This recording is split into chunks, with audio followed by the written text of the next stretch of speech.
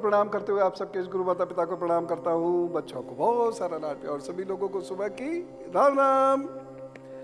और दूसरा क्या, अम्बे मैया की जय। सबसे पहले माँ ब्रह्मचारिणी की बात करते हैं और पंडित हरि शर्मा जी से जानते हैं ब्रह्मचारिणी माँ का ध्यान मंत्र क्या है। ओम अक्षस्रक् परसुं गदेषु कुलिशं पद्मं धनुष्कुण्डिकां दण्डं शक्तिमसिं च चर्मजलजां घण्टासुराभाजनां शूलं पाशसुदर्शने च दधतीं हस्तै प्रसन्नाननां सेवे शैलिवमर्दिनीमिह महा लक्ष्मी सरोजस्थिता। ओम ब्रह्मचारिणे नमः। माँ की पूजा को मैं योग की दृष्टि से देखता हूँ और योग की दृष्टि से ही यदि इसको करता हूँ तो फल अधिक प्राप्त होते हैं, समर्पण अधिक होता है और माँ की कृपा अधिक प्राप्त होती है। माँ की पूजा के लिए आज आप श्वेत आसन रखेंगे, श्वेत वस्त्र पहनेंगे। जो लोग श्वेत वस्त्र नहीं पहनना चाहते वह लोग पीले वस्त्र भी पहन सकते हैं, लेकिन माँ ब्रह्मचारिणी की पूजा एक सात्विक पूजा है, तो आप श्वेत वस्त्र पहन के करें या फिर पीले वस्त्र पहन के करें, अन्य कोई वस्त्र पहन के नहीं करेंगे। रंगों का बहुत ज़्यादा प्रभाव होता है, ये तो आपको मालूम ही है। जिन लोगों को क्रोध अधिक आता है हम उन्हें उत्तेजक रंगों से बचाते हैं, जिन लोगों को डिप्रेशन अधिक रहता है हम उन्हें उत्तेजक रंग पहनाते हैं। इस प्रकार से व्यक्ति के व्यक्तित्व में इन रंगों की वजह से बहुत बड़े परिवर्तन होते हैं। योग के अनुसार माँ ब्रह्मचारिणी का स्थान होता है स्वाधिष्ठान चक्र, तो आपको इस दिन स्वाधिष्ठान चक्र पर अपना ध्यान एकाग्र करना होगा। मूलाधार चक्र से एक चक्र ऊपर की स्थिति होती है स्वाधिष्ठान चक्र की, और सभी साधक इस दिन सुखासन में बैठ जाते हैं और अपना पूरा ध्यान एकाग्र करते हैं मूलाधार के ऊपर स्वाधिष्ठान चक्र पर। इस चक्र पर जैसे ही आप पूर्ण समर्पित भाव से एकाग्रचित्त होकर ध्यान करना प्रारंभ करते हैं, स्वयं आपको ऐसा लगेगा कि माँ दिव्य रूप में आपके कहीं इर्द गिर्द आ रही हैं।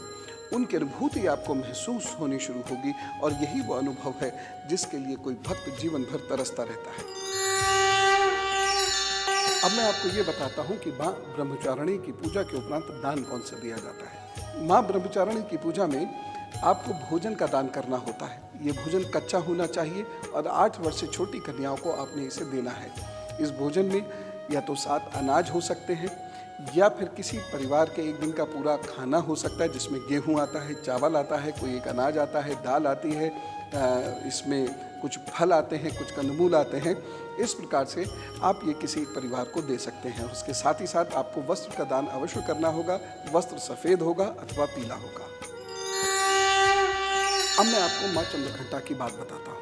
इसे सुनना समझना आज के परिवेश की दृष्टि से बड़ा महत्वपूर्ण है, क्योंकि नाना प्रकार की परेशानियों में हम घिरे रहते हैं और बहुत सारे लोग ऐसे होते हैं जो हमको परेशान करते हैं, जीवन का आनंद नहीं लेने देते और हमें सही दिशा में कार्य करने ही नहीं देते। जब हम अच्छा कार्य करते हैं तो हमारी टांग पकड़ के खींचते हैं, हमें परेशान करने की कोशिश करते हैं। जब हम अच्छा कार्य करने की कोशिश करते हैं तो हमारी वो निंदा करते हैं, हमसे ईर्ष्या करते हैं और यहाँ तक कि नौकरी में हमारी नौकरी पर खतरा बन के मंडराते रहते हैं। माँ चंद्रघंटा की पूजा ऐसे लोगों को ज़रूर करनी चाहिए। अब आपको इस पूजा को करने के लिए जो सबसे पहली चीज़ है जिसका आपको ध्यान रखना है वो है ध्यान। माँ चंद्रघंटा का ध्यान किया जाता है मणिपुर चक्र में। आप बहुत गहरी सांस लीजिए, 10 सेकंड तक सांस लेते रहिए, 10 सेकंड सांस को रोक के बैठ जाइए और आपको सांस छोड़ने में भी पूरे 10 सेकंड लगने होंगे। इसको इस तरह से भी कर सकते हैं आप, जैसे आप सीधे खड़े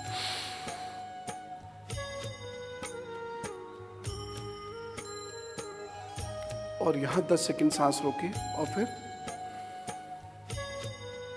धीरे धीरे, बहुत धीरे धीरे, समय की बाध्यता से मैं तो तेज करके दिखा रहा हूँ, लेकिन 10 सेकंड में आपको सांस छोड़नी है। तब जाकर माँ चंद्रघंटा के प्रति आप एकाग्र होंगे। लेकिन ये एकाग्रता क्यों ज़रूरी है?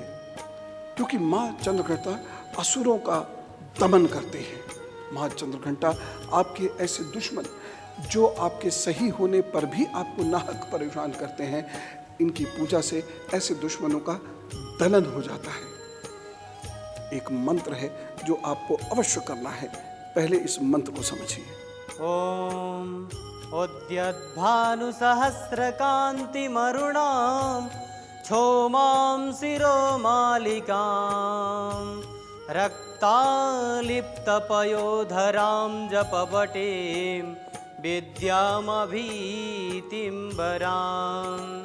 हस्ताब्जैर्दधतीं त्रिनेत्रविलसत् वक्त्रारविन्दस्थितां देवी वद्दहिमां सुरत्नमुकुटां वन्दे रविन्दस्थिताम्।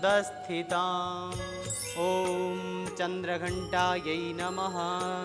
इस मंत्र का 21 बार जप करके आप माँ चंद्रघंटा की आराधना कीजिए।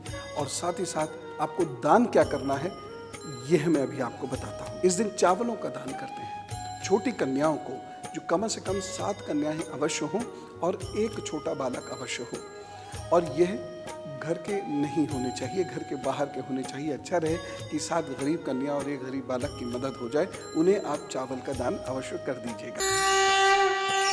माँ के ये जो 9 दिन होते हैं ये बहुत महत्वपूर्ण होते हैं। मैं तो इसी स्थान पर साधना करता हूँ, सिद्ध मठ, इसी स्थान पर बैठकर मैं पूजा करता हूँ। आप भी कीजिए। सौभाग्यशाली हैं आप जो माँ के इस स्वरूप का आप सुबह सुबह दर्शन कर रहे हैं और अभी करते रहेंगे।